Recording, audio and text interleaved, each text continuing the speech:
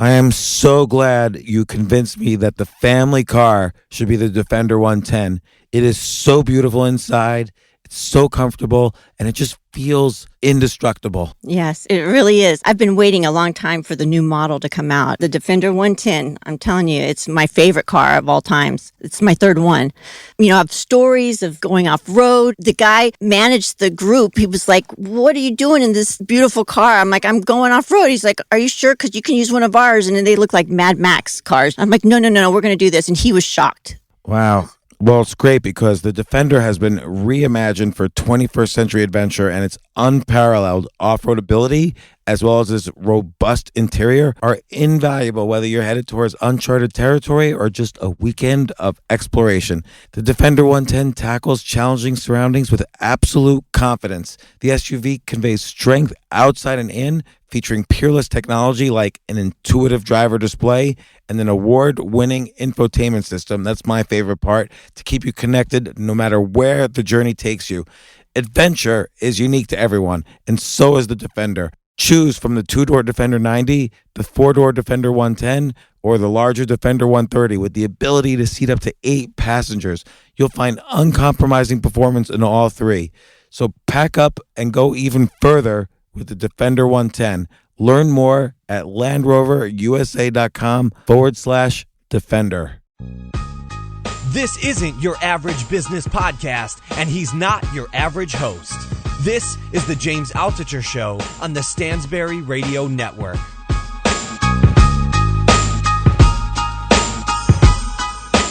This is James Altucher here for the James Altucher Show, and it's a very special show today. It's not going to be any guest. It's just going to be Aaron Brabham and myself talking about why you should not send your kid to college. Or if you happen to be 18 years old and listening to this, that you can think of it as it's about why you should not go to college. This is a very important topic right now. Every kid is getting accepted to college basically this month or rejected or whatever. So a lot of big decisions are happening, and I want to help people not make one of the most wrong financial decisions you can make in your life. So with that said, welcome, Aaron, to the show. You're going to be my devil's advocate. That's exactly right, James. Thank you so much. It's good to be here as always. You know, this is one of those topics that we get a ton of feedback on at James at stansberryradio.com. Anybody can send us feedback there.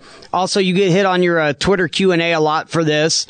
And usually it's from the younger listeners out there, the ones that are feeling pressured to go to college by their parents because they think that that is the right thing to do. I went to college. I got a political science degree, completely worthless.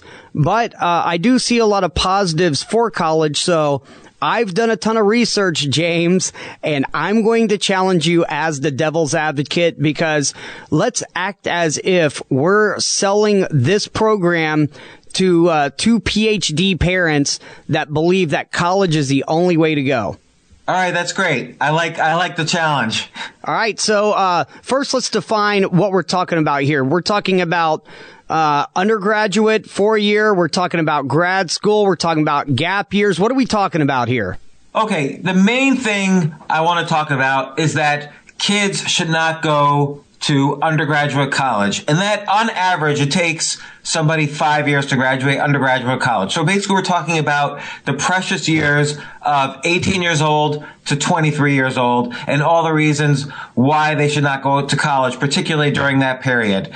But also I want to add, and maybe if we have time we could talk about it, I think most grad schools are worthless. I don't think kids should go to graduate school, and I actually think most high schools are worthless after a certain point. So, but let's not go crazy here. Let's just talk about college. Kids should not go to college, particularly in today's day and age, 2014. Okay, that sounds good to me. So, you know, why... Look, you went to college. I did. We turned out okay. Why do you feel strongly about this? Why have you been beating this drum? Well, You know, I want to address later, you know, whether or not I turned out okay from college. Yeah. Like that's an assumption that I'm not sure is correct. But that, you know, is part of my reasons for not going to college is I obviously were experienced at what happens in college. Mm-hmm. So people often say to me, oh, it's easy for you to say you went to college. Now you don't want anybody else to go to college, blah, blah, blah. But, you know, I saw what happened in college. You saw what happened in college. It's not a big secret, you know, how much of it is a waste and how much of it is worthwhile. So, but we could talk about that in a bit because I think there's other important reasons to address first. Okay. One is the massive debt load that students carry now as opposed to when you and I went to college, Aaron, or even, you know, I first started writing about this about 10 years ago. I wrote a column in the Financial Times, Why You Shouldn't Send Your Kids to College. And I got so much hate mail. It was ridiculous. Like, this was almost like I might as well go to the center of Times Square and say, you know, Allah is Satan or something. Mm-hmm. It's the same thing. If you go to the center of Times Square and say kids shouldn't go to college, you'll get hung up and crucified. It's the American religion that kids should go to college. This is part of how we standardize the American workforce. And the reality is that because of these kind of weird incentives to go to college that exist, the debt load that people are willing to undertake, that young people and their parents are willing to have, is ridiculous. I mean, this level of student loan debt now is over $1 trillion. So for the first time ever this past year. So you're sending kids to college and then they're graduating with this debt that they're never going to be able to pay back. Like, they're going to take some underpaying jobs because we know how income is going down versus inflation for the past 30 years in a row. They're going to take underpaying jobs. The job situation is going to get worse and worse. They're going to be afraid to take risks because they have this debt to pay back. You can't, in most cases, get rid of this debt through bankruptcy. So you're just stuck. You're like chained to the master. And the master is the banking system and the government, and in some cases your parents, and in some cases your jobs or your factories or wherever you're working. So you're just chained to the system because you have this massive debt load to pay back. And it's just really sad. Like, I've never in history have 23-year-olds been put under this kind of stress and pressure. It's no longer, it's no wonder that there's this statistic, kids on average, how many times per day do you think a kid laughs? Well, I happen to know because I read your blog posts and I listen to your podcast. Yeah, sorry, read your blog and I listen to your podcast because I participate on those. But it's funny. Ever since you wrote this, I have iterated this to everybody I know, and it baffles their mind. So go ahead, James, from the child to the adult. Give the stats because they're mind blowing. Yeah, so the average child, and I don't know how they define it, but let's assume like a 10-year-old laughs. Oh, I don't think I'd even go up to 10. I think by then so many are damaged. Let's say 0 to 5. 0 to 5. They laugh on average 300 times a day. The average adult laughs, and just think about yourself and think about the people you know. The average adult laughs just 5 times a day. And the worst year is age 40, apparently. Like, actually, things get better after age 40. Like, people at age 98, if you live to 98, you're pretty happy again. So you know what happens to me June 10th this year? 40. Does that mean I'm going to quit laughing for a year, but then it'll get better? Well, the good and the bad news is that's going to be the worst year of your life. So after that, it's all better after that. I think I've already laughed 4 times during this podcast so far, so I'm still doing well. Well, stick with me, and I try to stick to the 300 times a day to get back to that. But I think part of the problem is, like, what happens between the time that we're a child and the time that we're adult? Well, one of the things is we start to get into debt, and now we get into more debt than ever. And it's not like there's any incentives to educate children about this, because if the government and the banks are charging you $1 trillion, they're making a lot of money. I mean, the average interest rate on student loans is somewhere between 6 and 7% now. And so banks in general are basically borrowing money at 0% from the government, and then they're lending out to you, backed by the government, at 7%. So students are being railroaded into this banking and government scam, and their hands are chained behind their back. So this is really the most important thing, that the incentives are aligned totally against the 18-year-old, but their parents and their peers and their guidance counselors and their teachers and their future employers who have already been through the college system don't know this. And so that's what makes it scary for the 18-year-old. Like, everybody is against them if they want to make the decision not to go to college.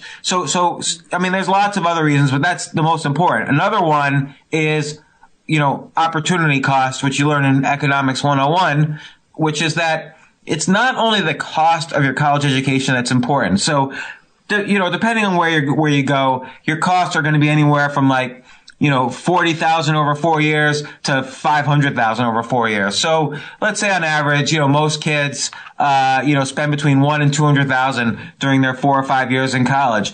That's not their true cost. Their true cost is that plus what they could have earned if they didn't go to college. So, during those 5 years, they could have built a skill or built a set of skills or built a set of experiences or had some kind of education, or they could have worked that would have made them more money or allowed them to save money. So you have to add that to the cost of college to get your true cost. So, and again, the true cost of college is not just your tuition, it's your tuition plus the interest on the $1 trillion that you're going to have to pay over the course of 40 years. So if your education was $100,000 and it's 7% interest, then, your true cost of college could be $300,000-$400,000. It just gets ridiculous. And it's scary. Again, 18-year-olds aren't trained to do the math. They're discouraged from doing the very basic math to figure out what their true cost is.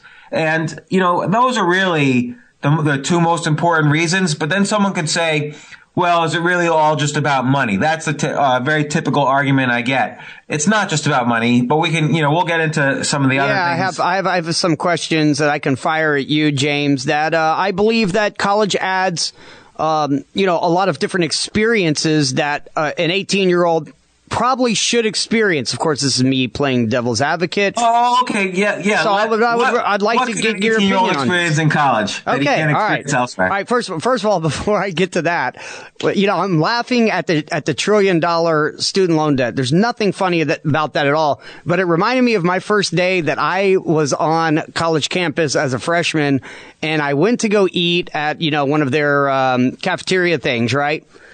Lo and behold, there's a picket fence of credit card companies out there just with their pitch saying, you know what? It's time. You're an adult. You need to build your credit. Apply for all of these. And guess what? You get approved for all those. So it's not even just the student loan debt, but it's all the foolish credit card debt you'll pay off for the rest of your life. All right. Oh my God. You're totally right. And the reason I forget to talk about that is I'm 6 years older than you, and college students weren't getting credit cards in 1986, 87. So you know what I did?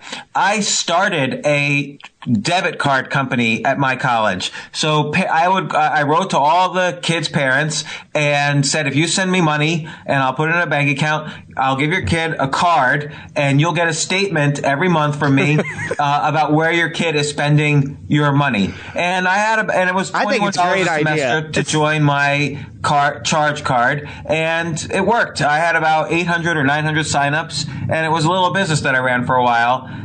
But then I called MasterCard at the time, and they were interested in buying the company. I was just 19 years old, and I didn't sell it, and we ended up going out of business. But it was an experience. I think I triggered the thought to MasterCard, this might be a business opportunity for us. Well, they capitalized on me. And let me tell you something, James. College would totally be worth every single penny if I somehow had landed you as a roommate instead of the nerdy band guy that I had as my roommate that was absolutely worthless, and he reminded me of the character Pat on Saturday Night Live. But forget that. All right, let's get into the real meat of it, right?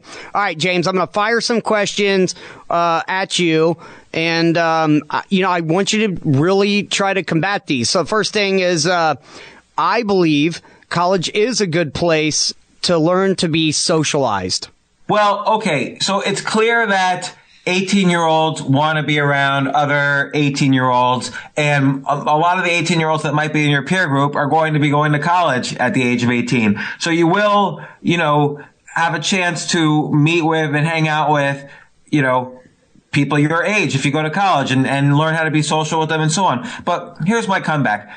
first off, my kids, as whether they're nerdy or not nerdy or whatever, my kids, know how to make friends to some extent. They know how to make friends among their peer group. They're not, one of my kids has best friends. The other kid has, more wider group of friends. It's not as if they need to go someplace where I'm going to spend $200,000 for them to learn how to make friends. It doesn't cost $200,000 to learn how to make friends. And it's not as if every other place in the world doesn't have 18-year-olds. So there's many opportunities. For instance, if you travel around the world, there are many people 18-year-olds from all over the world who are traveling around. Now, you can argue, well, it costs money to travel around the world. True. But it doesn't cost $200,000 and 5 years. So again, you can make a network and friendships for life just by thinking about what your alternatives are. Your choice to be socialized, you don't have just one choice. It's not just college. There's probably 100 choices, and we can go through some of them later in the podcast. But there's probably 100 choices where you can learn to be socialized. And probably the worst of those choices is the choice that says, oh, give me $200,000 and I'll maybe help you make some friends. Fair enough. You know how many friends I still have from college? And I was in college for many years at different colleges. How many? 0. Yeah, it's the same thing for me. Like, I was looking at my Facebook friends. I have like 5,000 Facebook friends. I have one friend from college that is my Facebook friend. I have like 50 friends from high school that are my Facebook friends. How come college I have none? Well, maybe I was a weirdo jerk all of a sudden. But the reality is, college pushes you so hard, and I don't know, it just wasn't fun for me. Like, I don't know, but that's okay. I'll get into my college story in a bit. I'm going to give you a win for that one, okay? And by the way, something to go back even further, when you put a bunch of little kids together that don't understand prejudices or, any racial tensions or socioeconomic factors, they get along great and they make friends and they share, and it's only the parents that ruin them. So I'm going to agree with you. You win that one. I got another one for you. And just to add to this socialized thing is kind of the big elephant in the room. What do kids really do in college? They don't party. Spend most of their time cracking open a book. No. Okay. They basically have sex and drink a lot of alcohol. Yes. And I have nothing against that. Sex is enjoyable. Alcohol, whatever, you'll get over it. Maybe. But you don't need to go $200,000 in debt or $50,000 in debt or whatever, to have sex and to drink alcohol. You could do that on your own without spending that kind of money. All right, I've got another one for you here, and I still believe this one, actually. College is the last chance to learn about the arts and culture and history and, anything that is all forgotten in high school these days, in junior high, because they're so focused on passing these state tests, James, that they literally have abandoned all liberal arts. How is somebody actually going to be exposed to that? And don't tell me go down to the library and read a book, because they're not going to do that. Okay, good question, and I get this question a lot. First off, I agree with you that high school, books like The Old Man and the Sea is just wasted on a high school student. Like, they can't, I myself cheated my way through high school just because these books were so boring. I would get the Cliff's Notes, what was then kind of the cheat sheet on all these books, because I didn't have the focus or the interest in learning all these things. Now you could say, oh, well, that could explain a lot, that you cheated, blah, blah, blah. No, I just wasn't interested. I was interested in other things. And like you said, high school was so boring because they try to turn you into this little standardized robot that, so you get, chained to the system all that much more easier. I'll tell you, my kids right now are taking their standardized tests, and I had to call up the school and make sure they're actually not taking the test, because you're allowed to opt out. They don't tell the kids that. Oh, I didn't know that. Yeah, and so what happens is my kids have to go to class, and they actually have to sit at the desk while the test is the test is put in front of them, and they have to say, I refuse to take this, and they just have to sit there for 3 hours while the test goes on. Of course, they have to get ostracized by the other students who don't understand, because their parents didn't study enough to know that they could refuse it.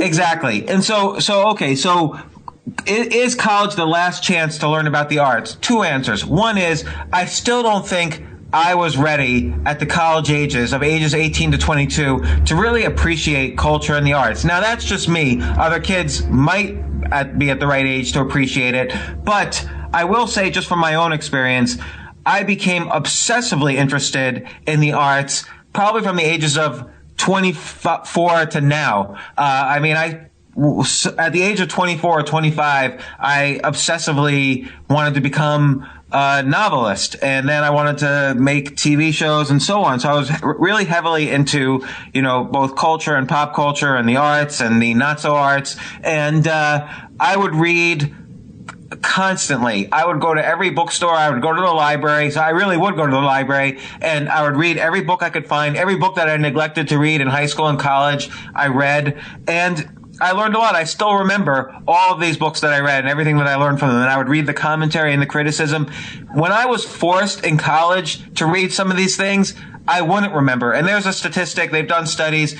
Kids don't remember a class lecture 45 minutes after they've left the lecture. They don't remember a single fact from the lecture. And I test this out sometimes. I'll give a talk and I'll say, tell me when Charlemagne was born. And we all learn this in high school and college, when Charlemagne, one of the greatest kings of European history over the past 1,000 years, we all learn about him, but nobody remembers within 500 years of when he was born. And to be honest, I've given so many talks on this, but yet right now I can't even remember when he was born. Well, I just had 3 people like my Instagram. Come on, James, what's more important, when Charlemagne ruled or when my Instagram showed the girl that I'm interested in? Well, that's a really good point, actually. People focus on what they're interested in right now. And so if you're not really interested in the culture and the arts when you're 20 years old, but you're forced to take a class on it, you're not going to remember anything, and you're certainly not going to remember anything of value that you use later in life. So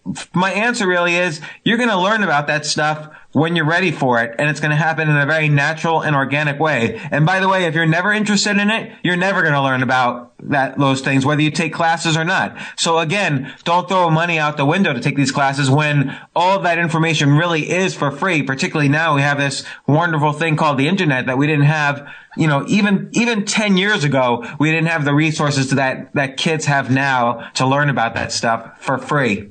Yeah, I will go ahead and chalk up another point for you on that. And I'm going to win every point. Well, I know. It's I'm playing devil's advocate, but I'm thinking back. I'm paying back to my days. I started as an economics major, then I went to a psych major, then I went to political science. And but the funny thing is, the thing that you know me well, the thing that I'm obsessed with is people's behavior, human behavior, and psychology really was my true love. I just didn't know it at the time because I didn't care about books or studying. I only cared about the girls and drinking, as you said. Okay, third one. Let me tell you, I started off as a psychology major. Okay. I really wanted to be a psychologist. And you love psychology. Every single thing you write about is based on psychology now. Yeah, exactly. And I loved it. I read every book I could find on it. And I took this class, Psych 101. It had 2,000 students in it. And we would get these multiple choice tests. And I read so many books on psychology, I figured, okay, I know what I'm doing here. But it turned out the professor was giving the same test every year. So most of the kids knew this and were just cheating because they had the test and the answers from the prior years. I didn't know that. And I ended up with a D- in Psych 101. And I literally wasn't allowed to major in it after that. My dream of being a psychologist was dashed. I had to switch majors. You know what I didn't have on my list, but I just thought of this? Here's a hindrance for kids going to college. It's called a tenured professor. Because what do tenured professors do or don't do? They don't care anymore for the most part. They give the same test year in and year out.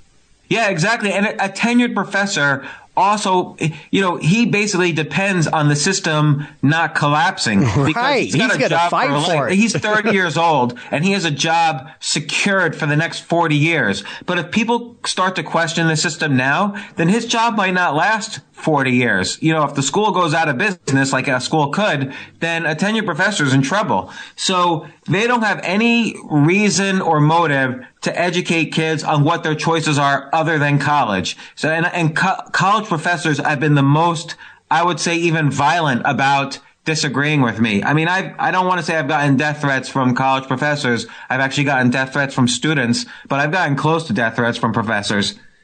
All right, let me get back to being the devil's advocate. It's so hard because I do agree with you so far. All right, here's one that might be a little tougher to overcome. I'd like to see you figure this one out. Lots of studies have shown you get paid more if you go to college. Yeah. So there's one study, and I've actually written about this. Wrote about this a year or so ago. There's one study that Georgetown did called the college payoff. And the reason I remember it is because they actually mentioned me, and they kind of justify the whole purpose of them doing this study is because some guy named James Altucher is trashing the notion of going to college. So they basically, quote unquote, proved that if you go to college, that 20 years later, you're going to be making a lot more money than if you didn't go to college. Bam. They had all the stats and everything. And so my response was, A, why'd you mention me? It's not really that important that you mentioned me. B, you're a college, so obviously you're really biased on having people go to college. Like, why not hire, if you're really interested in proving this, why not hire an independent agency to do this study? Because C, if anybody who had done this study had taken statistics 101 in your college, they would have seen that your numbers are all wrong. And I explained where their numbers went wrong. They didn't have a control group. They just took let's say 1,000 kids who didn't go to college and 1,000 kids who did and compared their salaries 20 years later. That's the wrong study. You have to take kids, here, I'll construct the study that will work. So take 2,000 kids, all of them are accepted to Harvard. All right. Now, for 1,000 of them, randomly, you tell them, you can't ever go to college. You can't go to Harvard, and you can't ever go to college again. And then 20 years later, compare both groups, because they're both going to be equally motivated, equally ambitious. They're going to, because you randomize it, they're going to come from, varying income backgrounds. And that's a true study to see what the effect of college is on income. They didn't do that. They didn't have a control group. The type of kid who went to college 20 years ago probably came from a higher income family, probably came from a better, maybe a prep school or a high school that costs money or whatever. And the kids who didn't go to college probably came from, poorer areas or their parents didn't go to college. There's so many things that you have to control for in a study like this that all of these studies, 100% of these studies don't control for, because I don't know why, because they have incentives to not control for these things. So it just doesn't work. I actually gave a talk about this study, and the very first question someone asked, and it was a graduate of the college I was speaking at. The very first question someone asked in the Q&A was, well, what about these studies that show that college students, get paid more 20 years later? And I said, well, didn't you just listen to my last 20 minutes of this talk? Right. Like, that's how college students pay attention now. He was checking his Instagram. Yeah, exactly. Well, he had more important things to do than listen to me, which is very true. So, again, those studies are really awful, because I would argue that the type of person who gets accepted to Harvard but then chooses not to go to Harvard will actually accomplish so much during that 5-year period or 4-year period that he'll go on to make millions more than his peers who waste the most valuable years of their lives going to 5 courses a semester of BS they're not even interested in. Yeah, I have two things. So, how much does Harvard hate the fact that their biggest dropouts are billionaires that have had the greatest ideas in the world? And, that's got to be a stinger, right? It's like raising your hand and saying, exactly. Raising your hand and saying, F college, I'm walking away, and now look at me. This is fantastic. That's not really a good testimonial for the institution, right? Well, Andy Samberg, the comedian, Yes. gave the Harvard commencement speech last year, or the Harvard class speech or whatever, and he basically said, he pointed this out, like Harvard is really well known for all these people who drop out and become billionaires, and then he looked at the audience. So pretty much a guarantee, if you're sitting here in the audience now, you're going to be a failure. Right, I love that. The students all laugh, but he's making kind of an interesting point. I'll give you another example that's really interesting. My 12-year-old daughter and I were watching the comedian Bo Burnham. He's a young guy, 23 years old, or maybe he was 22 when he made his last show that we were watching. And it was a brilliant, brilliant show. Like within 5 or 10 minutes, I said to her, this guy is one of the biggest geniuses I've ever seen. Like it was brilliant what he was doing with comedy. And she said to me, I bet he went to college. So she's 12 years old and she's always playing the devil's advocate to me. And because she's wondering about these issues and she hears me talk about it a lot. And I said, okay, I bet you there's no way that he would be able to do at this age, 22, a show so complicated and so filled with genius if he had just spent the past 4 years going to college. So we looked it up, and it was actually hard to find. It was buried in a Reddit AMA that he did. Turns out he applied to college. He got accepted to college. But he turned it down, and his parents were very supportive of him turning down. And he didn't go to college at all. The college that accepted him, that he turned down, Harvard. So, it's very interesting. There's many examples. So she found another person. My 12-year-old found another person. She was very upset she lost this bet. And I'm, of course, very much encouraging my kids to be gamblers. So she pointed me out to this woman, Michelle Phan, on YouTube. Michelle's got 5 million subscribers. She's about 24 or 25 years old. She's probably worth about $20-30 million now just because of her YouTube videos, which have had hundreds of millions of views. And my daughter says, she probably went to college. And I said, I don't think so. And my daughter even mentioned the college. And I said, no, we looked it up on Wikipedia. No, that turns out that's a high school. So we don't know for sure, but we'll find out because I'm pretty sure Michelle's going to come on this podcast in a few months. So when she has a book coming out. So get ready for that, and we'll find out if she went to college or not. So I could beat my 12-year-old in this bet. All right, I like that. One more thing that I'll add in. So my ex-girlfriend, she decided to go to law school a little bit later in life, and I was transitioning over to work at Stansberry a couple of years ago, so I was armed with the knowledge that college is a complete waste of time and money. And I tried to convince her by sending her articles, just let her do her own due diligence. And something that you talked about, we're kind of talking about the studies that show that if you went to college, if you don't, well, don't be fooled by the studies. And you alluded to this, that the college does, because their guidelines are so loose. As you said, it's a terrible way to study it. So, for example, law schools, they chronically lean on their, within the first 6 months or a year, how many people that graduated their law program are employed. But it doesn't mean that you're working at a law firm, and they don't report on the people that they can't find. So tell me how good those stats are of 95%, right? All the stats, like law school in particular is a total scam. Like I can't even get into that. Like I've sold 3 companies and gotten a divorce and done all sorts of things that require lawyers. I've never once hired a lawyer for any of these things. You don't need to go to law school to learn like the basics of law. Like I suppose if you're going to a judge, you're being indicted for something, you need a lawyer just because a judge is a lawyer, so he's only going to listen to another lawyer. He's not going to listen to you. But in general, lawyers are I don't want to say a total waste. They're usually pretty smart and good at putting deals together. But for basic things, you don't need any kind of lawyer at all.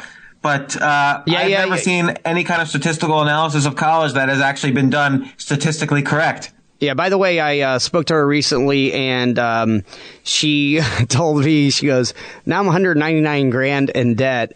And, she's looking at 7% interest rates. And she's like, I don't know why I didn't just become a paralegal and stay debt free, because I would be doing much better on a net basis. And I'm like, I just kept my mouth shut. So, all right, fine. Well, and not only that, like, there's so many ways where you can serve the function of a lawyer Sure. and charge a lot of money and then only hire a lawyer at the very last minute to dot all the I's, which, to be fair, that's what I did in these cases. Like for my divorce, I wrote up the divorce agreement and then just hired a lawyer to essentially be the secretary to kind of take it through the court system, because who needs to do that? I just needed a glorified secretary to do that. Pretty much. Okay, so we agree a JD is a waste of time. Fine. Throw that out. But here's one. I was in a near fatal car accident, as you know. I believe I am only here because I had the best doctors in the world at the Houston Medical Center.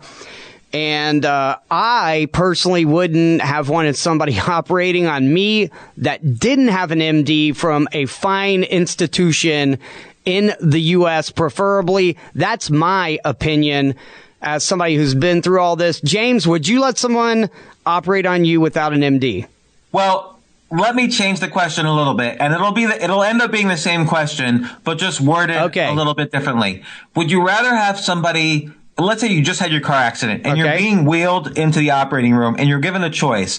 Person A doesn't have an MD, never went to college, but has done 10,000 surgeries like the one you're about to have. The other person just got his Harvard MD and he's very proud, and this will be his first operation. I'm taking it an extreme. Okay. All right. But I'm asking you the same question. What would your answer be? Well, my answer would always be the person with more experience. Now, the hospital that I was at was a teaching hospital, so you had like the head person overseeing the young people, but I still didn't want any of those young people touching me. And I was very vocal about that, as well as my family, which was, he's not a guinea pig. He's not an experiment. You don't allow the residents to operate on this kid.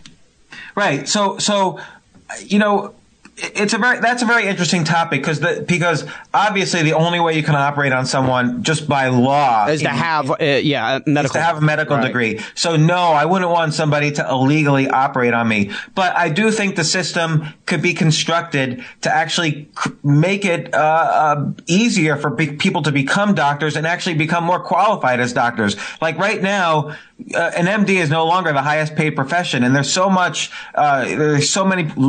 litigation against doctors that people who would otherwise be talented healers are opting out of going to medical school and choosing other careers. So I think, you know, this is something where the system is so fractured. I don't know what the real solution is, but where the direction we're heading to fewer and fewer doctors who have more and more stresses. I mean, doctor suicide rates are through the roof compared with other professions. And, you know, as you mentioned about your sister being a lawyer, the debt you get, you know, by getting any of these advanced degrees is humongous, because they're under the mistaken belief that they're going to get paid more. But what ends up happening is they actually, because of the debt, they get locked into a job they may no longer want. You know, they might have wanted this job briefly 6 years earlier, but now they're stuck because of the debt.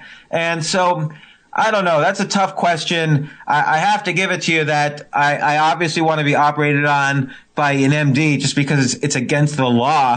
Like, I don't want to go to jail by being operated on and there's no apprenticeship system whereby somebody could have legally operated on somebody 10,000 times without an MD. So that one, we're forced by the law to go along with the system. But it's a shame because it's making a very broken system. Yeah, fair. We sort of need an apprenticeship system to replace it, but nobody's ready for that yet. Yeah, fair enough. And just a small correction, not my sister, because because I said ex-girlfriend earlier, so people will think that I was dating my sister.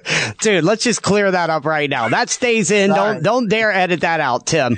But see, you heard I was listening and focused, and I still got that. I know. You were checking your Q&A from yesterday. Your reticular activation system had kicked into high gear. All right, so that's fine, fair enough. And by the way, you know what's going to happen. You know the trend because you predict trends as well. You know, I got back from Thailand last year, and I was down the street from the biggest medical tourism hospital in the world in Bangkok. I would much rather go overseas these days to do any type of surgery for costs, expertise, because all these doctors are fleeing the U.S. to get out from all the horrible insurance, lawsuits and stuff. That's just a side note. So if things get bad here, I encourage all the listeners out there to consider looking overseas for, getting some of these ailments fixed and having surgeries. Well, it's funny. I was talking to someone the other day who's buying a lot of real estate in, of all places, Nicaragua. Mm-hmm. And, older people used to retire to Florida, but then they started retiring to Costa Rica. Then they started, when that got too expensive, they started retiring to Panama. Now they're retiring to Nicaragua, which you think, whoa, I'm not going to retire there. But the reality is, state-of-the-art hospitals are being built there. Prices are still cheap.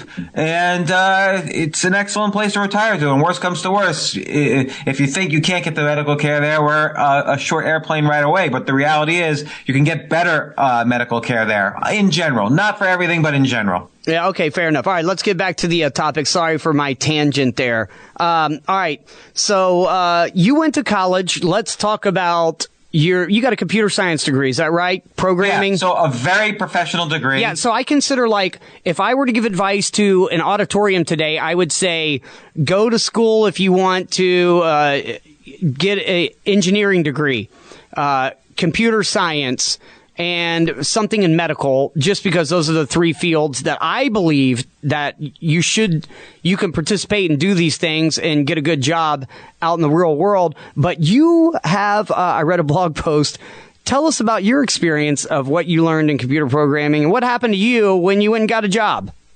Well, it's funny because I thought, look, computer science is going to be great. Not only did I love it, I love programming computers, but I felt no problem. I'll always be able to get a job with this.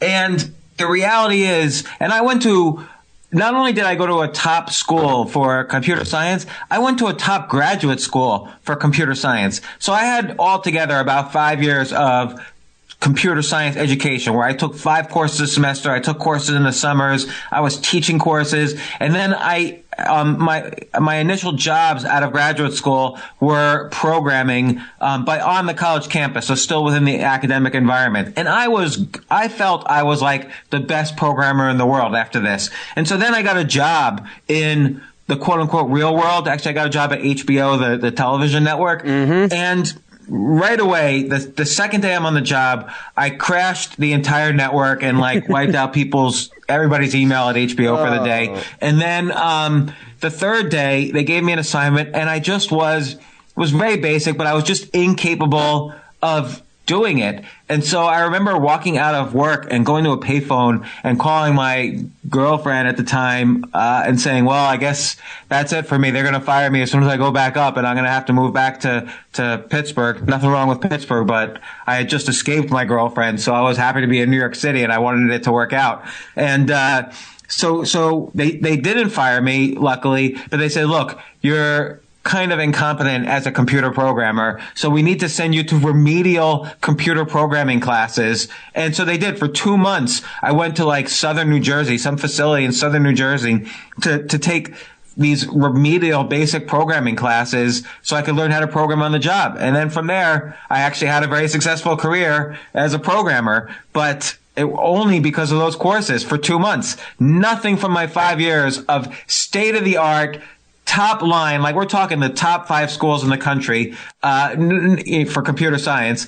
Nothing from there did I apply in the work world at all.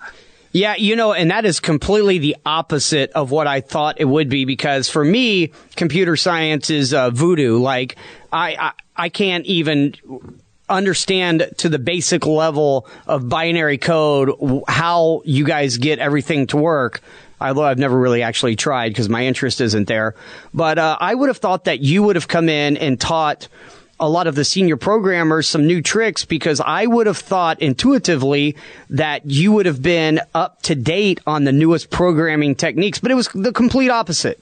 Yeah, look, I knew the latest computer science theory and techniques, and, maybe I could have, taken apart a mini computer or whatever and put it back together. But the reality is the real world is not rocket science on the whole. So when you're programming in the real world, you're not really using the latest techniques. You need to be like hardcore, know the details of the computers and the operating system that this particular company is using, and know the programming environment that this particular company is using, and know how to get along with the other programmers, and all of these things that they don't really teach you at all in school, where they focus more on theory and a little bit on practice, but not practice to such an extent that it's useful in the real world. For instance, there are kids now, 12, 13, 14 years old, who are mega programmers because of just what they've learned on their own. And they learn that out of passion and love, and because there are resources on the internet to teach them and opportunities for them to learn and be successful. They don't need to once you learn how to program, you don't need to go to college to learn computer science. It's useless. And there's nothing you're going to learn there that you're going to apply in the real world. Okay, I've got one for you. All these schools, not all, but, at least 20 or 30 have fantastic research R&D departments, right?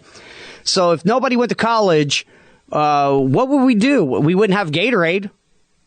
Yeah, right. Wasn't that the coach at some? It was University of Florida Gators. They invented Gatorade. It's got to be one of the greatest achievements ever. Yeah, and did that come out of college? It did. It was actually invented to help out their football team by giving them more electrolytes so they wouldn't cramp as much. And then it became this huge thing. But, and of course, I'm tongue in cheek about that being one of the greatest inventions, but I'm just doing it as a household name. But there are tons of household names and inventions that have been created out of universities. So would we lose a little bit of that?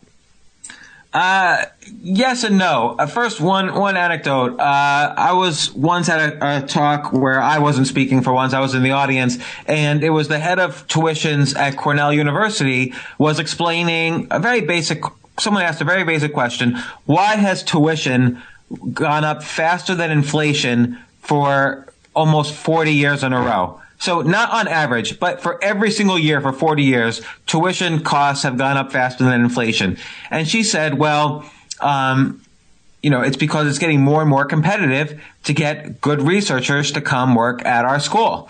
And I pointed out to my wife, who was sitting next to me, notice she didn't say educators. She said researchers. So I'm just underlining that colleges themselves, the administrations themselves, don't care about the education. They care more about what you're referring to, which is the research, because that's how they get funding and so on. So they assume that the students are just blindly going to keep showing up like sheep to whatever. So they don't worry about the students, but they want to get government funding and so on. So they want to do research. But if you look at every major drug, every major diagnostics test, you look at kind of the innovations coming out of,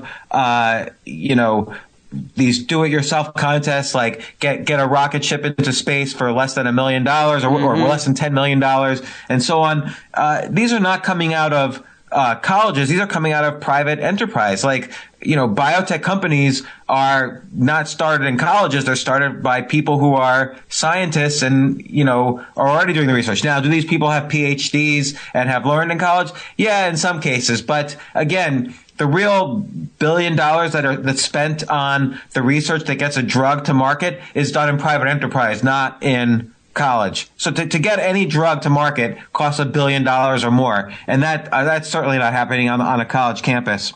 Okay, fair enough. How about this one? Although I will say the researchers who work on them might have PhDs from colleges. And again, that's just something that's systemic that, 20 years ago, they got their PhDs and that's what people did back then. Now I think there's alternatives that, you could learn the knowledge needed. So you don't need to have a PhD to work on state-of-the-art biotech science and other fields of science. Okay.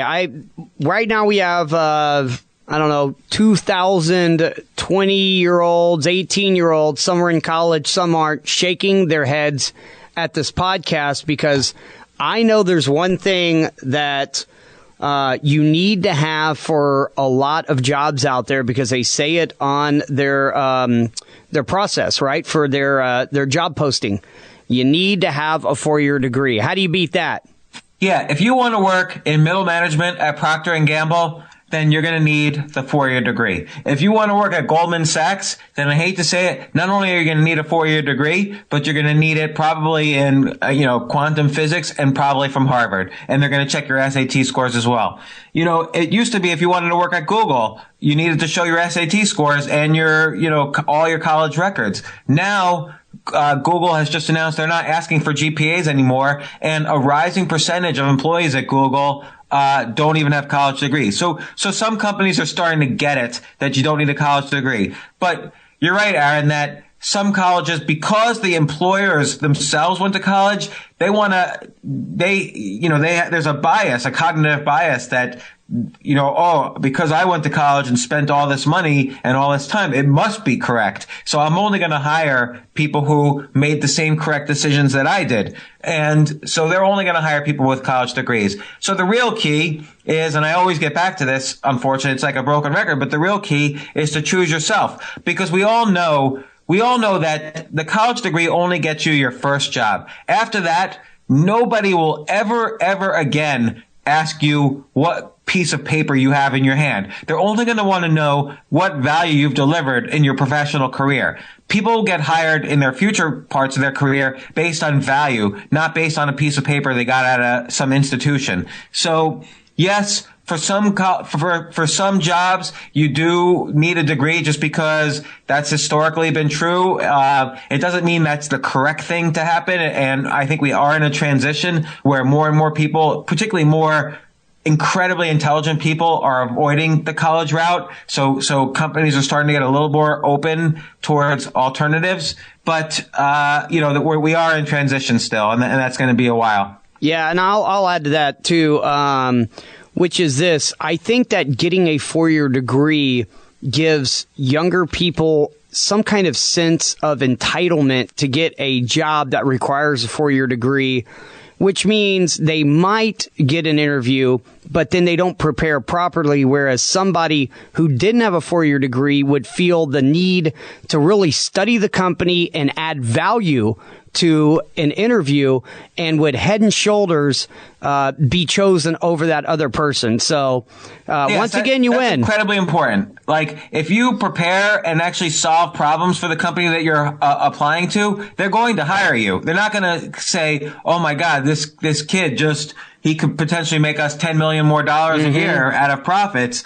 But he doesn't have a degree, so we can't hire him." Like, maybe that'll happen in rare cases, but that's going to happen less and less. And again, we could always find anecdotes on either side, but take a guy like Louis C.K. Okay, the guy dropped out of high school to be a comedian, but he's one of the smartest people on the planet. Like, are you telling me if he went for a job for some reason, he wouldn't be able to get it because he didn't get a degree? No, there's plenty of people now who are using those 4 years to not only educate themselves, but to put in the sort of well-known 10,000 hours to master something. That 4 or 5 year period, you can actually become a master of whatever area you love. And by the time you're 22 or 23, you're so far ahead of your peers that you'll be able to make millions of dollars a year, get any job you want, but you probably won't even want one. And because you'll know how the world works by that point. And, again, we're in a world in transition where this is starting to happen more and more. Yes, I agree. Okay, you win again. All right, here's my last one that I've dug deep to try to challenge you, although I'm getting swept here. What about the 18-year-old who has no freaking idea what they want to do in life? College does give you the opportunity to be exposed to a lot of different types of interests. Yes. So if you have no idea what you're going to do, the first piece of advice I would give you is don't immediately spend $200,000 on something you don't know what the outcome is going to be. That's like more money than you've ever spent before. And, $200,000 might be too high. For some people, it's $100,000. For some people, it's $300,000. For some people, it's $50,000. But after debt, opportunity cost, expenses, everything, we're talking between $100,000 and $200,000 for the average person. And just don't spend that money and put yourself into debt if you have no clue what you want to do. So that's my first piece of advice. My second piece of advice is, with much less money, start trying things that you might want to do, or, try different things that are free. Like, I don't know, write a book, go to the library, try painting, try being a stand-up comedian, travel a little bit, try to travel as cheaply as possible, give yourself a budget and try to travel as cheaply as possible, start a business. There are many businesses you could start with much less money than it would cost to go to college. Like, don't give that money just straight to the college and then the banks and then the government. Use it to build your network and your personality and your experience with failure. Like, I often say to people, become an entrepreneur, and the parents are the ones who respond to me and say, well, not every kid is meant to be an entrepreneur. And on the one hand, that's sort of true. Not everybody is meant to start a business, but everybody should go through the experience of, think of all the great things you learn while starting a business. You learn how to come up with ideas. You learn how to execute ideas. You learn how to communicate with people. You learn basic sales. And you learn basic negotiation. You learn how to manage people. And most importantly, you learn how to fail. So in college, you never really learn how to fail. Like, I never got an F in college, for instance. I did get a D- at Psych 101, but I never failed at anything in college.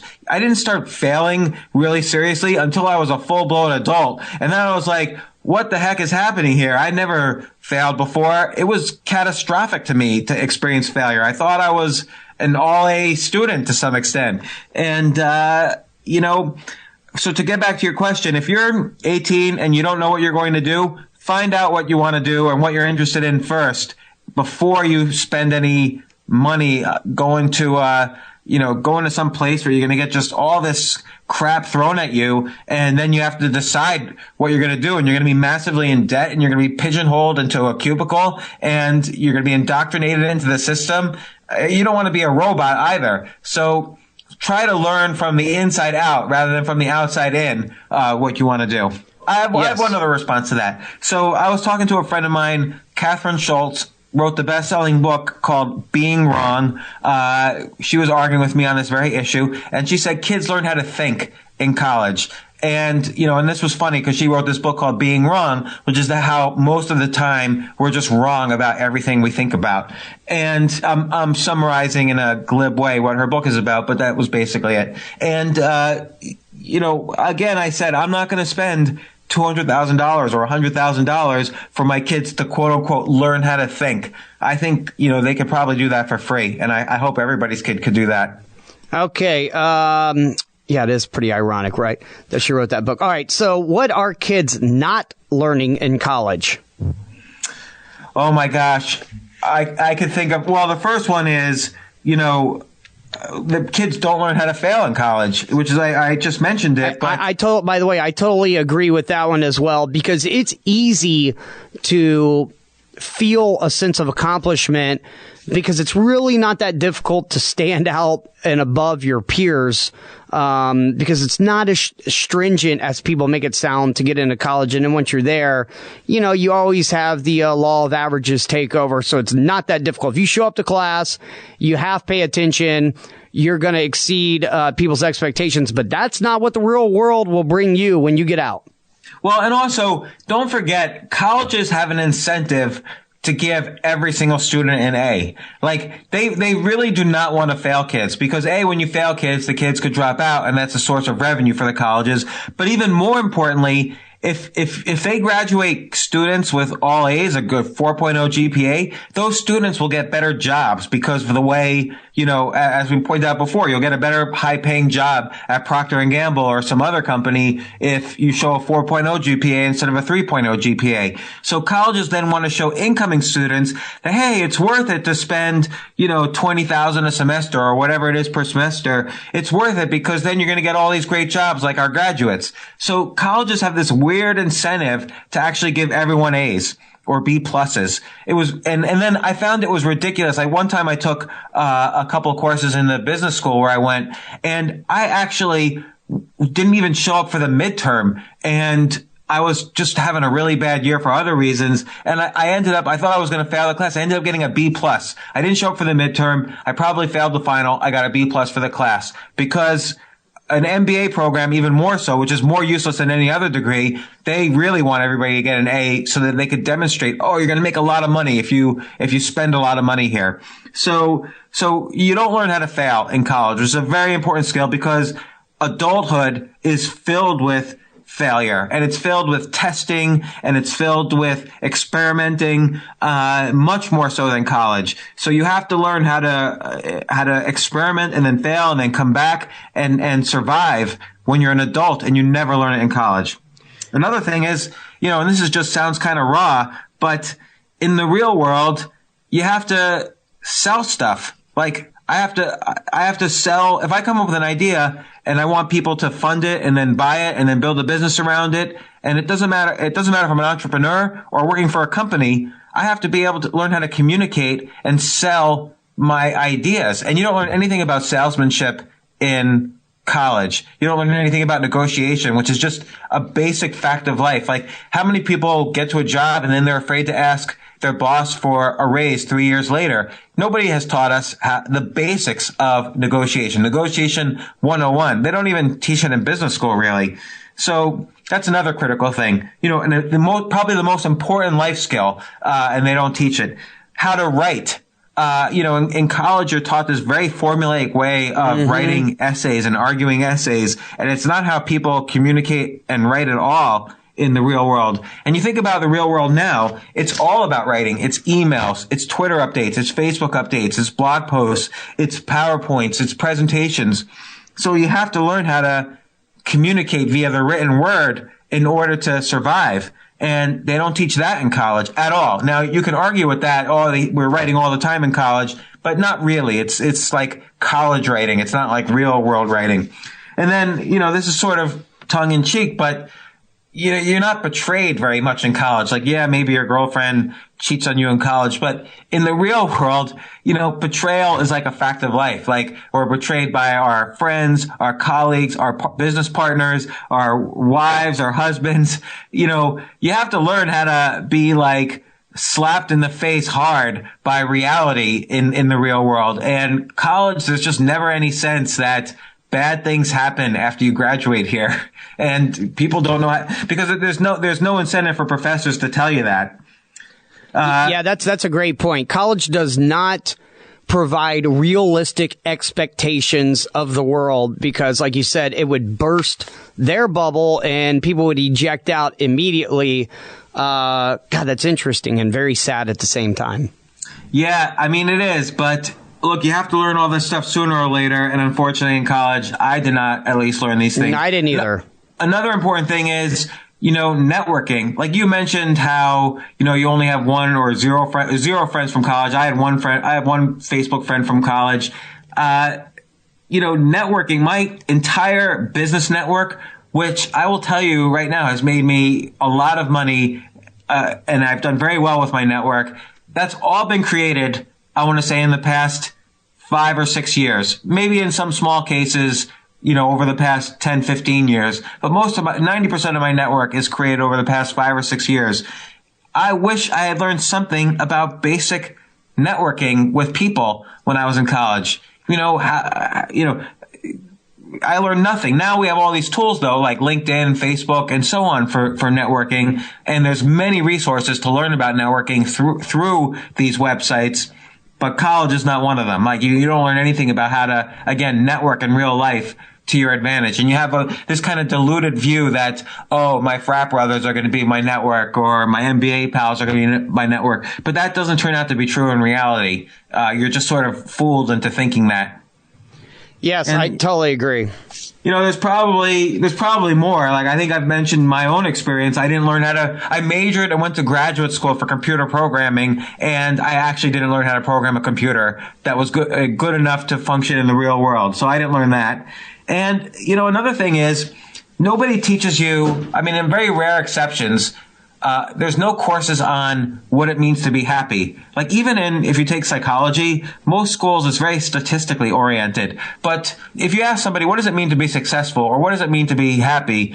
Most people don't know how to answer that when they're very young. And so they think things like, well, money, or if I achieve fame, or if I achieve some huge rank or title in my job, that will make me happy and successful.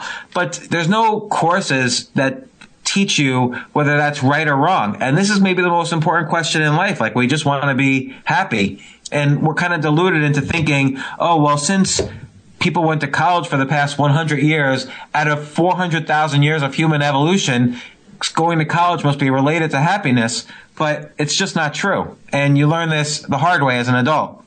Yes, you do. All right, let's switch up a little bit. We're getting towards the end here. Let's give some real-world practical alternatives to college, as if you have an auditorium full of 18-year-olds literally with their bags packed and their parents outside ready to take them to college. What can they do instead? Okay, that's obviously a very important question because, I think the biggest fear parents have is that their kids are just going to turn out to be losers if they don't go to college. They're going to sit around in their rooms and watch TV and do nothing, which kids won't do that because kids at age 18 have a huge amount of energy. So they want to do something, and they're programmed into believing they want to go to college or they have to go to college. So they need some alternatives. So the first one is what I mentioned before: start a business. Now, again, this doesn't mean everyone's an entrepreneur.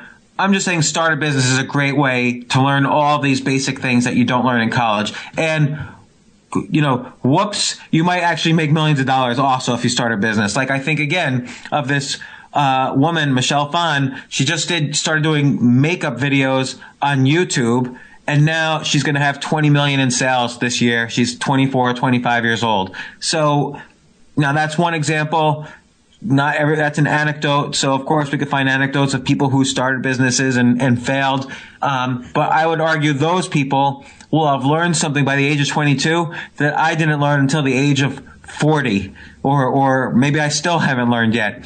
So that's one very viable alternative, is start a business and just brainstorm every day on businesses you can start. Read all about entrepreneurs, read all about basic businesses you could start with almost no money, and, go at it. Give it a try. Give it a try for 3 months. See what happens. So that's one alternative. Worst case is if you try that, you'll fail. And then you're going to learn a lot faster than anyone else how to fail. Another thing you can do: travel the world. Now, people will say, oh, this is BS. You need money to travel the world. Well, figure out a way to travel the world with no money or little money. And you certainly don't need, $100,000 to travel the world. I could tell you that from experience. So, you'll meet people your age. You'll learn about culture. You'll learn about history. You'll learn about being in situations that you're uncomfortable in. Why should you go to college where you're just going to be around people of the exact same demographic that you've been around with for the past 12 years? Why spend another 4 years with them? Travel the world and be around different people. Another alternative, and I personally love this alternative, but make people laugh. Go every day for a year to open mic night at your local stand-up comedy club and try to make people laugh. And that's going to be a huge learning experience. And you'll make friends, you'll meet people, and you'll probably get a lot smarter along the way, because it's such a vital thing. And as we mentioned before, people forget how to do it. So this will keep you in the mode. When most people are losing that ability to laugh, you'll still be laughing. Another thing, work at a charity. Everybody, okay, you don't have to start a business. Why don't you actually help people for a year and see what that's like? All these people who want to go be doctors, none of them have actually, done charity work in a hospital. If any of my kids wanted to be a doctor, I would say, okay, first work for a year changing bedpans in a hospital, and then come back and tell me if you want to be a doctor. If you do, we'll figure it out somehow, because you have to have an MD or some degree to be a doctor. But you may decide after, changing people's diapers for a year or 2 years that this is not the thing for you. And, again, charity, you learn a lot more about yourself, and you're helping people at the same time. So you feel good about yourself and good about what you're doing. And then, that's a reasonable alternative. What I tell my kids is that they're going to get a series of challenges. So, for instance, one challenge might be get 1 million subscribers on YouTube, and then maybe we'll consider or maybe I'll figure out how to, support you if what you really want to do, then it's go to college. And the purpose of, or start a business that has $10,000 a month in revenues, or write a book that has 1,000 sales on Amazon. The purpose of these challenges is not necessarily to get them to succeed, but along the way, if they do these challenges, they're going to learn a huge amount about the real world, and B, if they succeed at the challenge, if one of my kids gets 1 million subscribers, say on YouTube or Instagram or wherever, she's probably not going to want to go to college at that point, because she's going to have learned so much about, whatever it is she's pursuing, and she's going to have so much success under her belt that she's probably not even going to want to go to college at that point. So think of all these, and I have a list of like 10 or 20 challenges. We can send this out to the podcast subscribers. That'd be great. Yeah, we'll put together something for anybody who writes to James@StansburyRadio.com. Do podcast education subscriber, and we'll put together a package to send to you. Leave your email address and say that you opt in for this package, and we'll figure out how to send you something. But come up with these challenges for your kids that are going to be a lot more valuable than going to college, and actually will potentially make them incredibly wealthy. So, and I could think of 1 million anecdotes, not just 2 or 3, but like probably at least 200 anecdotes of people who did this. So those are just some of the alternatives. I could keep going on. I mean, there's many. Yeah, almost anything you could possibly do and put time into is better than going to college. Yeah, and look, today is different than when you and I went to college, because they have this thing. It's called the internet. And the internet is an amazing resource. And like you said, kids are really into social media. So YouTube, Facebook, what one of the most booming industries out there right now is advertising on Facebook. So I know a lot of younger kids are way more savvy than adults are. And they're not really teaching social media in college, especially when it comes to like direct response marketing. So copywriting, anything related to, writing at a 6th grade level, communicating, like you said, learn about investing. Even though you're not going to be taught that. Called Investing 101 in college. I've taken them. You don't learn anything. You don't learn anything about investing through apprenticeship. Rather than go to college. The apprenticeship thing is huge, because if you weren't graduating college at 22 and you had 4 years and you could convince your parents, which actually is my next question for you, but if you could convince your parents that you were going to do internships at 4 different companies, 6 months each over the next 2 years. And even if you didn't stay at those for 6 months because you either moved on or maybe you took a permanent position, and you said, look, I'm willing to work for free, almost assuredly with good work ethic and a desire to learn, you'll earn a spot in the company, and I would argue that you'll succeed and go higher up than a college kid coming in that had little drive and never appreciated the company or the culture itself. There are thousands of things to do. Totally true. And, I will say maybe this is most important. Instead of going to college, get an education. So to your point, Aaron, we now have something called the internet. And I'll give you an example. A few months ago, I took a course that was offered for free online on a website called Coursera.com. And I learned more, and it was called A Brief History of Humankind. I learned more from that course than any course I ever took in college. There's thousands and thousands of free, really intense courses, complete with homework, reading materials, videos, community, and so on. There's thousands of courses you could take. For instance, the entire MIT curriculum is online for free. So if you don't want to spend the $200,000 to go to MIT, no problem. Take MIT for free. You won't get the piece of paper, but you'll have all the value and maybe more. So again, it's not like I'm saying don't get an education. You can still get an education. I'm just saying don't flush your money down the toilet. Yeah, as a matter of fact, I saw something today that was a video game where in order to succeed in a video game, you had to learn the basic programming language of doing JavaScripts, right?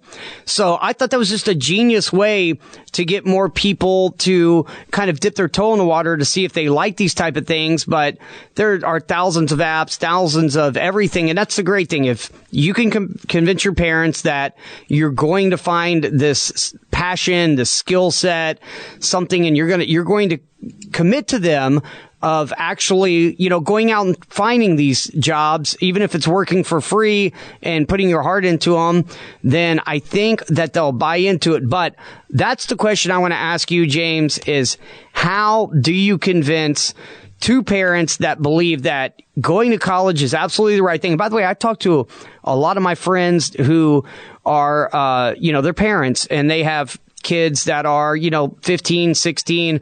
And I tell them, look, college is a complete waste of time and money. And I know how hard these people work. And, that's not even to account for the fact that the dollar has lost 96% of its value because of the Federal Reserve. That's another topic. But, the dollar doesn't go anywhere these days. And meanwhile, tuition sky high, as you talked about earlier.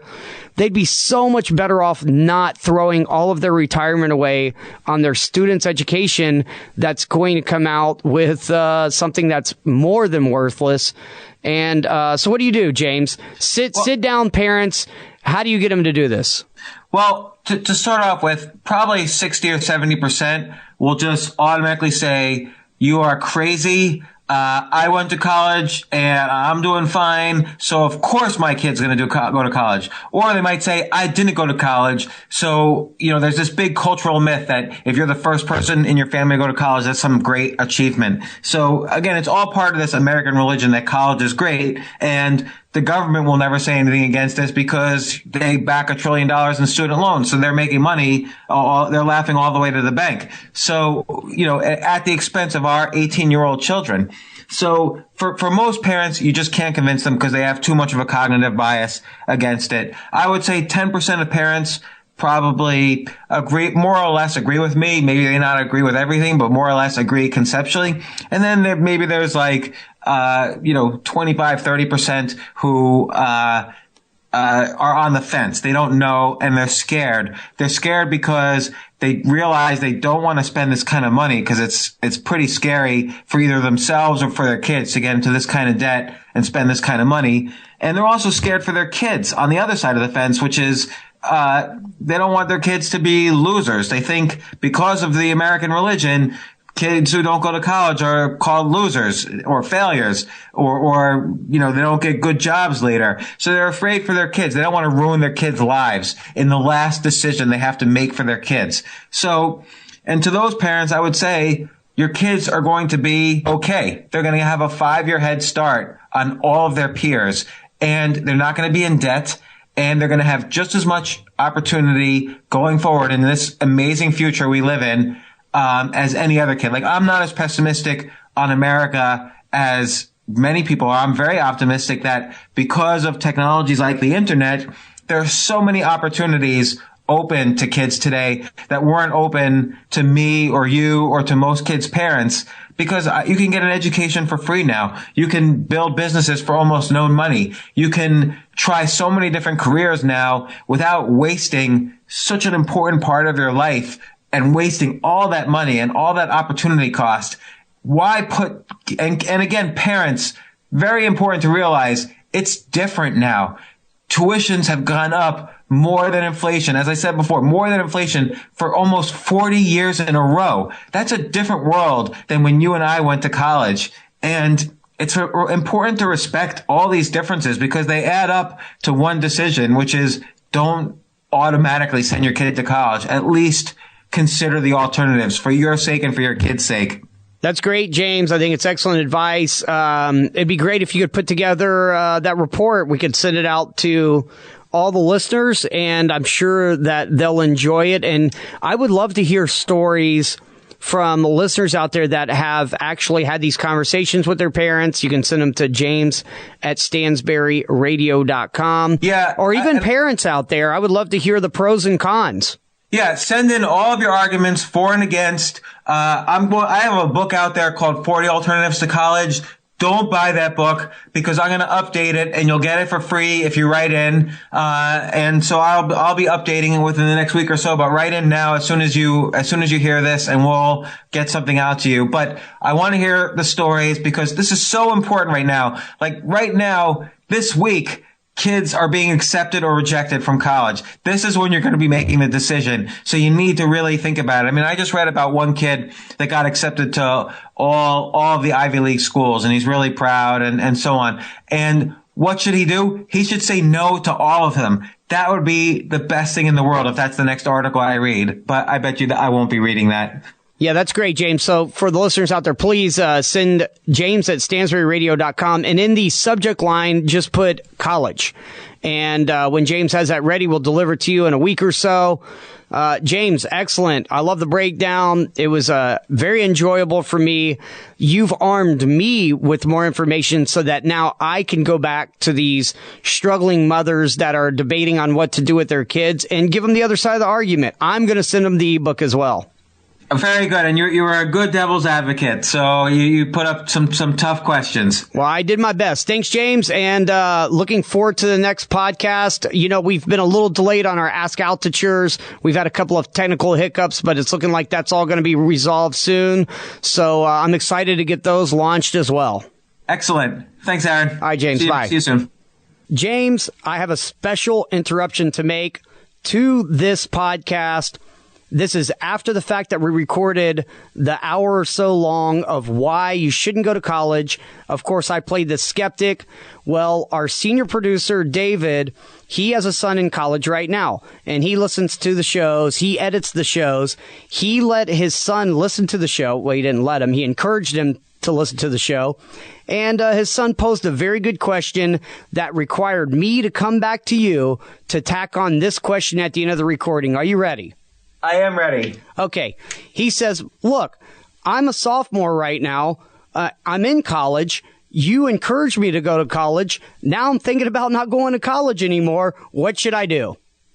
You know, it's a great question because, you know, I've normally aimed this discussion to either people trying to make the decision whether or not to go to college or to parents trying to make the decision whether to encourage and or pay for their kids to go to college.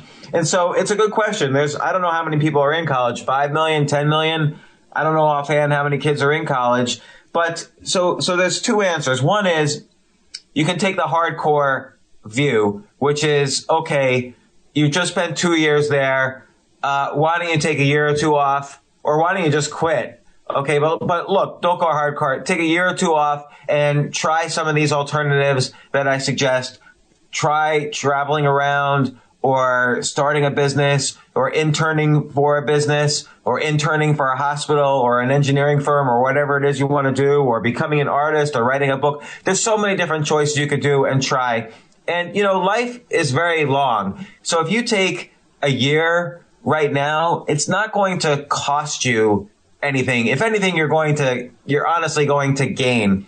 And, you know, and this is true not only now, but you could take 20 years off and then go back to college if you want. Like, my career has changed so many times in the past 25 years. It's probably about 15 different times I've changed careers, which could mean I'm a total screw up, but I've had a fun time and I've had an interesting life and I'm not dead yet. So it's probably going to change another 20 times in the next 30 or 40 years. So on the one hand, you can leave. On the other hand, if you're enjoying college, you've got it paid for, you feel like you're aiming towards a career that you love and enjoy, I don't know. I don't necessarily say drop out because you have all your friends there. It seems kind of extreme, but start trying to learn things on the side. Because again, as I mentioned, even when I was fascinated and loved computers in college, it didn't really help me when I became a computer programmer in quote unquote the outside world or the real world.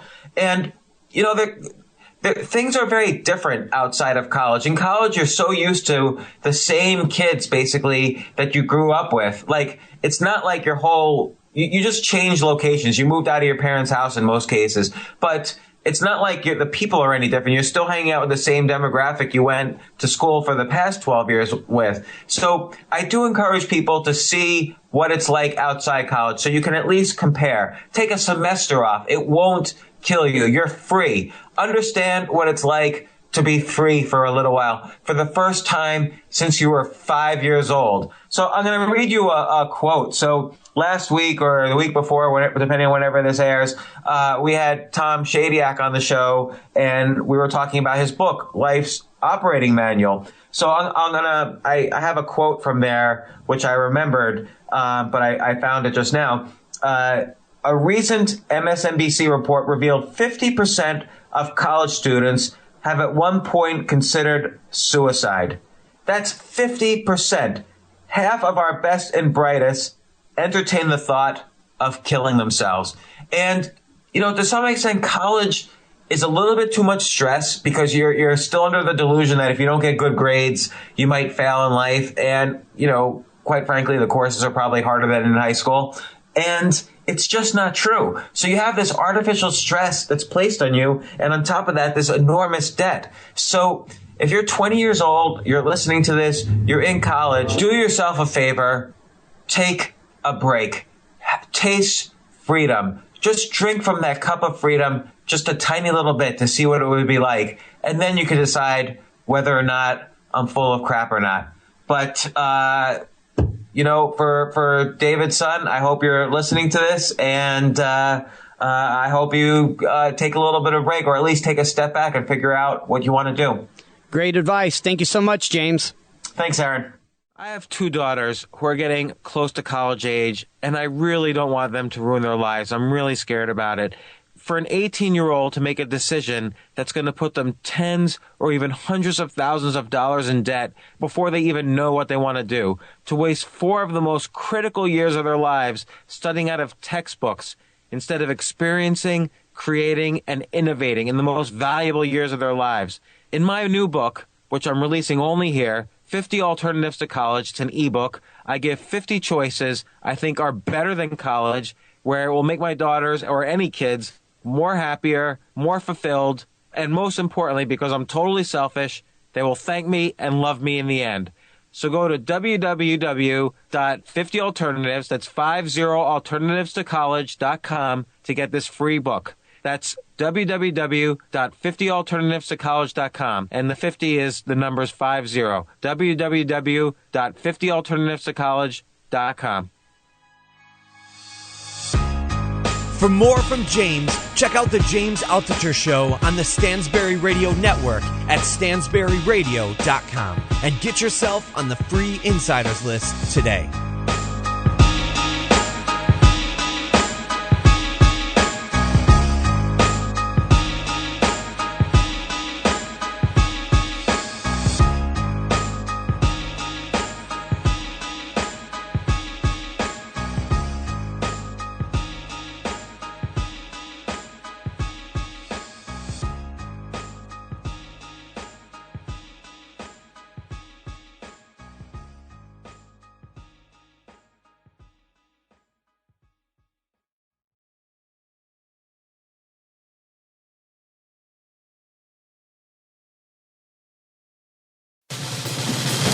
These days, we're all investors, trying to be smart with our money despite our worst impulses. But at iShares, we believe that deep down inside of every investor is a better investor. One that's just waiting to be let out. Explore iShares ETFs and insights and let your best investor out. Visit iShares.com for more information.